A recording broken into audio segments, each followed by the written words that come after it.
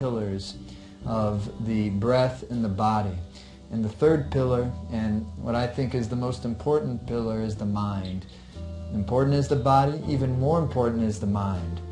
And so the entire idea, once again, in the Kundalini Yoga practice is to create an environment for yourself, an internal environment. We also use our external environment in certain ways to influence the internal environment, but primarily what we're doing is using the breath and the body in order to adjust the life force environment so that the mind comes into a state of clarity and a state of calm. And my friends, this is the secret, this is the key, is that when your mind comes into a state of clarity and a state of calm, which it will do when you do these practices and circulate life energy in your body and detoxify the tissues of the body with the yoga practices like we did in the second part of this workshop, when the mind comes into calm and clarity, you will naturally experience happiness. You will naturally experience creativity, and you will naturally feel a genuine sense of purpose in your life. Because here's the thing, which a lot of people I don't think recognize, but this is really core to the yogic philosophy and practice, is that you, at the nucleus of what you are already perfect. The body knows how to heal itself. The heart knows how to beat. The mind will work properly when you give it the environment to work properly. Just like if you're training a dog, you have to give the dog the right environment in order for it to do what you want it to do, how you want it to behave. And so in this case, they usually refer to it not as a dog, but as a monkey. The yogic teachings talk about your mind as like a monkey. They call it the monkey mind. Because if you don't give it any container, and you don't train your mind how you want it to behave, then it's going to behave based on whatever is happening in your life. It's going to essentially be just a byproduct of your environment. And that's a huge gamble, because how well you're able to enjoy your life is going to be dependent on what is your mind doing.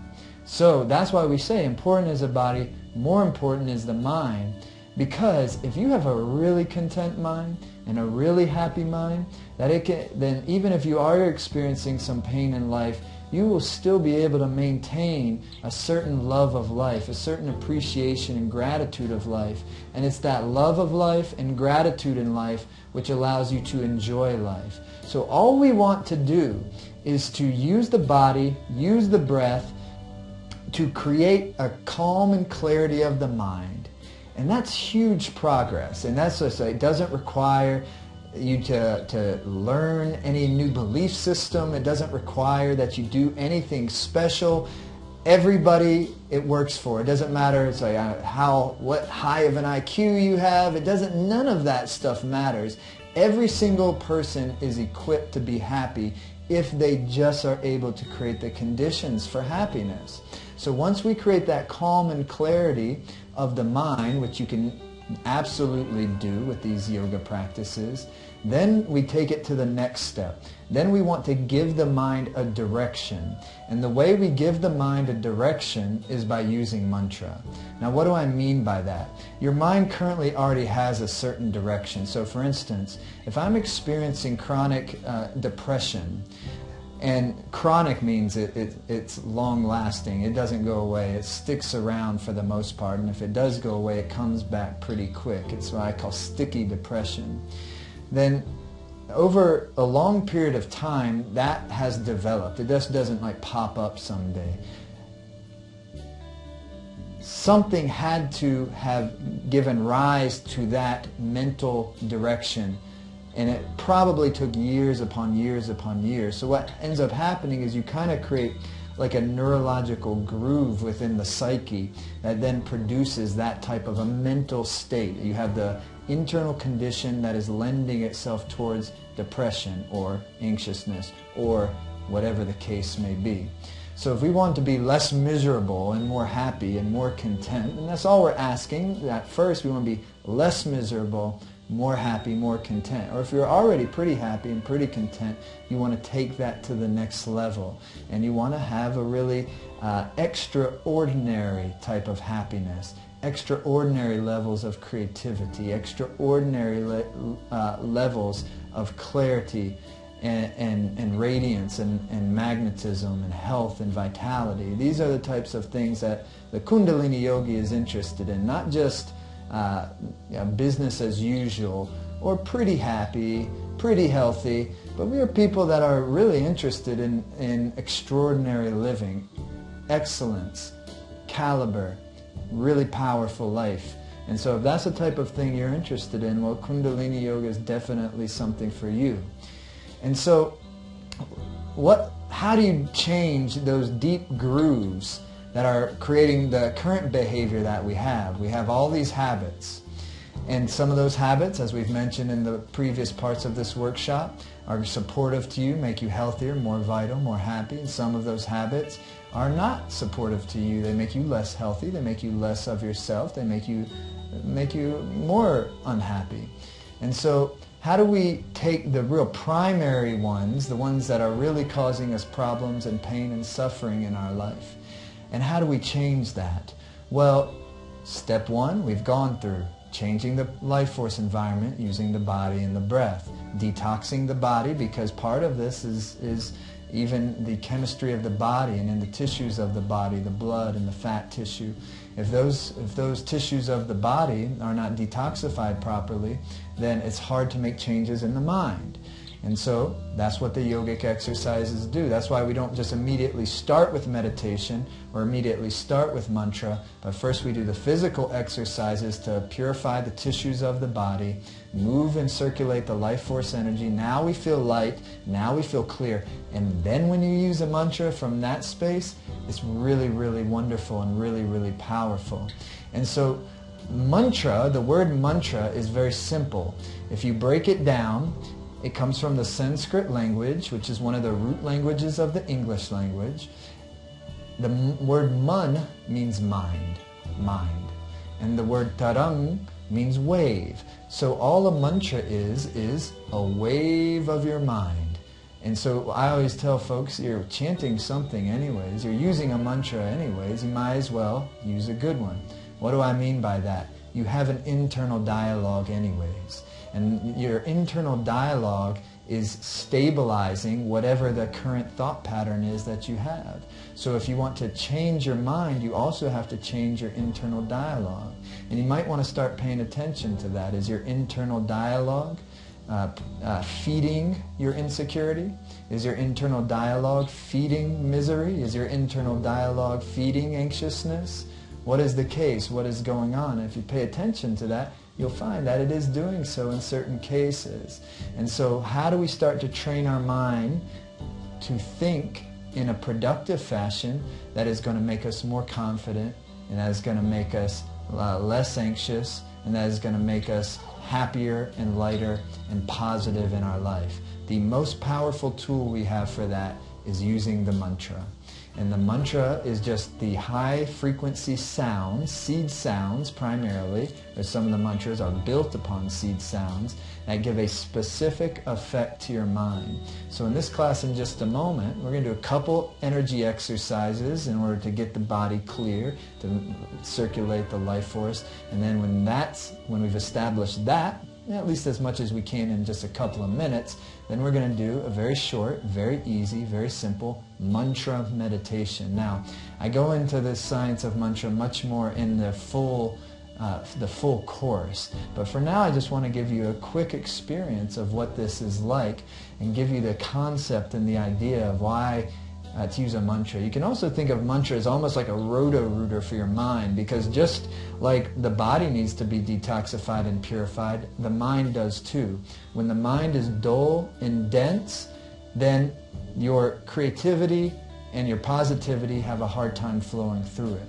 But if you purify the mind, and you purify the density of the mind and the dullness of the mind, then the clarity will emerge, and you're very naturally creative, and you're very naturally productive and positive, and you very naturally are able to enjoy life. Nothing else is required, just clarity of mind, lightness of body, and good energy, good life force circulation.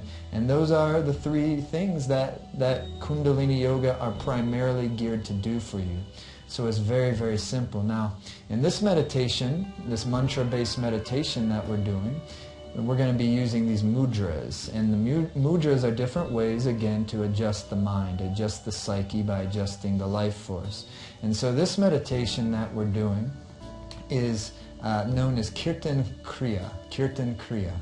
And it's a pretty famous meditation. It's very famous within Kundalini Yoga. It's one of the most famous meditations. But they did a double-blind study on this meditation at UCLA with patients who are suffering from dementia, deterioration of the nervous system, Alzheimer's, and so forth. And you can look that study up and find it. And it got phenomenal results. Now we're going to do a shortened, modified version of this meditation, and we do the full meditation in the full course, and there's a video and an audio that you can use in the full course if you wanted to start practicing this meditation on a regular basis, which is one of the meditations in the full course that I really encourage you to consider. Because the whole idea is at the end of that full course, we've gone through enough, you've learned enough, that then I help guide you into developing your own personal home practice that you can use on a daily basis. And that can be as short as it just takes a few minutes a day, or it could take up to 20, 30 minutes a day, and then if you keep going, it could become longer if you wanted it to. So this meditation uses the seed sounds and a finger movement. And this adjusts your brain, adjusts your life force, and adjusts your psyche. And all I can say is you just got to try it. Because it's one thing for me to say it, and I can tell you how great it is, but ultimately, you should experience if it's great or not. You should see what your experience tells you about it and really give it a try. So mantras and meditation are the most important thing we have within the practice, especially for the mind. And all the things work together, and again, that's what makes the practice very powerful, is that we often are using them all together. But a complete Kundalini Yoga practice is going to have an exercise set in it. It's going to include lots of good breathing exercises. It's going to get your body moving. In this workshop series, we're mostly keeping our practice to a confined space, but some of the exercises in Kundalini Yoga can be very energetic and very invigorating, and some very difficult, some very easy. And it's like a buffet. You can choose which ones you're going to use that are appropriate for you, your body, your age, your lifestyle, your desires, what you're trying to achieve, and so forth. And meditation is supreme for the mind, and the mantra meditations are probably the most supreme for the mind, because now not only are we cleaning the mind with the exercises, the breath, and meditation, but the mantras now start to create new grooves within the psyche, new neurological grooves that give the mind a powerful, positive direction that's going to create good health for you, good mental health, good mental clarity, and great creativity. It's going to give you more vitality, you're going to be happier, and if you use these things in your life, they absolutely work. So I'm hoping you're going to dig deep into this, and for now, we're going to begin our practice. We're going to do a few really great energization exercises, and then we're going to experiment with a modified version of that Kirtan Kriya. So let's begin the practice. Go ahead if you need to pause the video to set yourself up, and we'll start. Okay, so here we are, ready for this yoga practice. And so we're going to do this mantra meditation. But first we just want to do a couple of little exercises, a couple of the ones you practiced in the second part of our workshop. And so let's do it. So please come on your hands, bringing them to your shins, and we're going to do the spinal flexes again, if you remember those. And so we're going to come, and you're going to inhale, lift through your chest.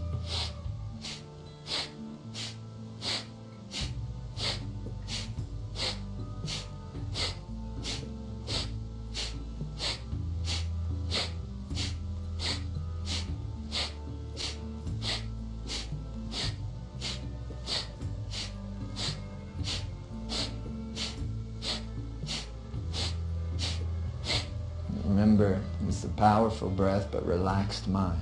It's a combination of a powerful breath and yet cultivating a relaxed mind. Sometimes maybe even have to fake a relaxed mind. But that's not really faking it, it's really cultivating relaxed mind. It's training your mind to be relaxed.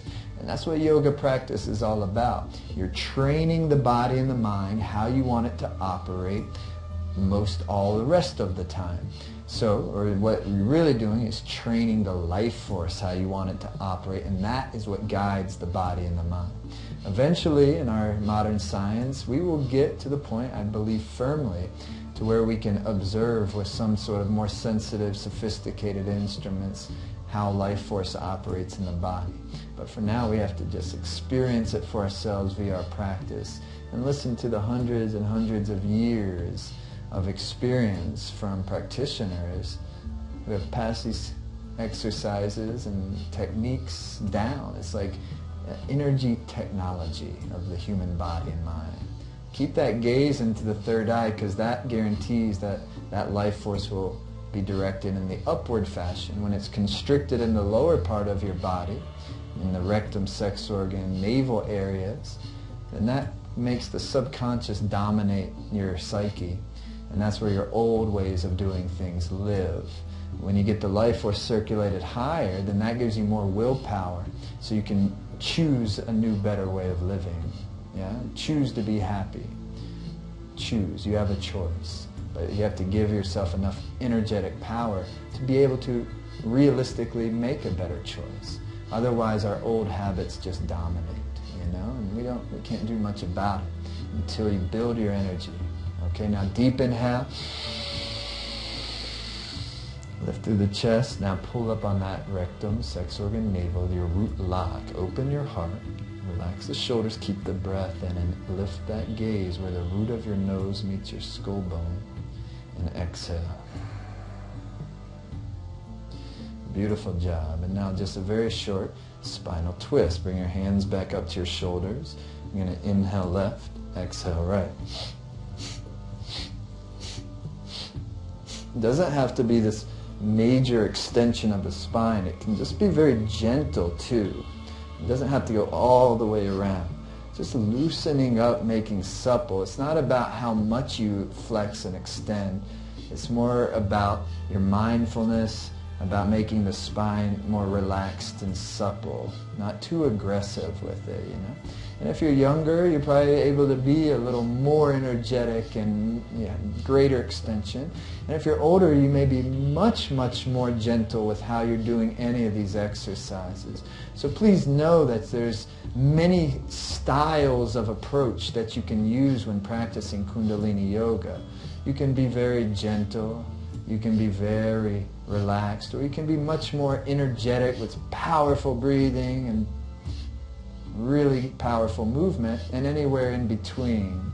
Okay, inhale to the center. And suspend your breath and be very still. Be very still. Exhale. That's pretty good, isn't it? You know, so now we're going to do this meditation for just 5 minutes using the mantra and the mudras. And so the mantra we're going to be using is Sa, Ta, Na, Ma. They're just seed sounds that have specific effect on the psyche. Sa, like S-A, Ta, T-A, Na, Ma. Sa, Ta, Na, Ma. And when we chant Sa, you're going to take your index finger to your thumb. When you chant Ta, you're going to take your middle finger to your thumb. When you chant Na, you're going to bring your ring finger to your thumb. And when you chant Ma, you're going to take your pinky finger to your thumb. You're going to do this with both of your hands. Hands are on your knees, palms facing up, chest is lifted, and it's just going to sound like this. Sa, ta, na, ma. Sa, ta, na, ma. Sa, ta, na, ma. Sa, ta, na, ma. Okay, that's how we'll do it. And we're going to go for just simply 5 minutes. In the full course, there's an extended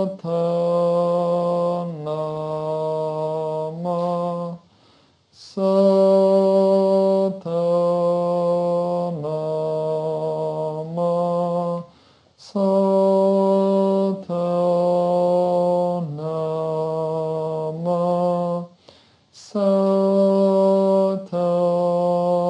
Nama, Soto Nama, Soto Nama. Now inhale deep.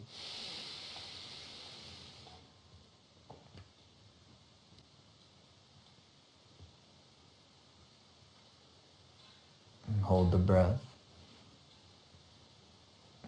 Exhale. And inhale again deep. Hold the breath.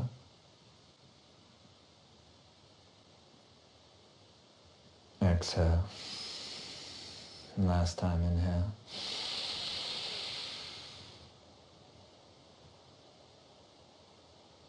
And relax. Beautifully done.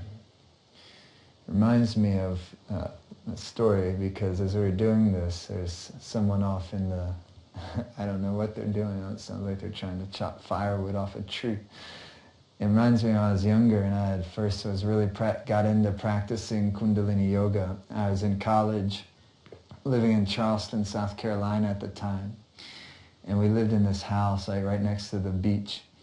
And it just kind of like this duplex type thing, and there would always be a lot of distractions, and we would get up early before school, and then a group of friends and we would do this mantra meditation, not the same one we just did, but another mantra, Kundalini Yoga mantra meditation. And I remember there was like somebody just like hammering, doing some construction work or something right outside, and it would go on quite often right next to where we lived, and I would always feel so irritable and aggravated because like messing up my meditation, you know, with life happening, and so, but with this one you're chanting really loud, like and when you're doing it you really can't hear much else because you're chanting pretty strong. And so then we like did that whole thing. We did it for like 30 minutes, and we inhaled, and then at the end of it there was still hammering out there, like gung, gung, gung, gung, gung, gung. And before I started the meditation, it was like so repulsive to me, you know. And but then by the time I ended the meditation, I was so blissful that even the hammering sounded beautiful, you know. And I love that experience, because I think that really illustrates what's going on, both in that just kind of one experience, but also in the longer term of what you're doing in the practice. You're making your blissfulness so strong, and your love happiness so strong, that the things that used to like really irritate you, they just no longer have the energy to irritate you anymore.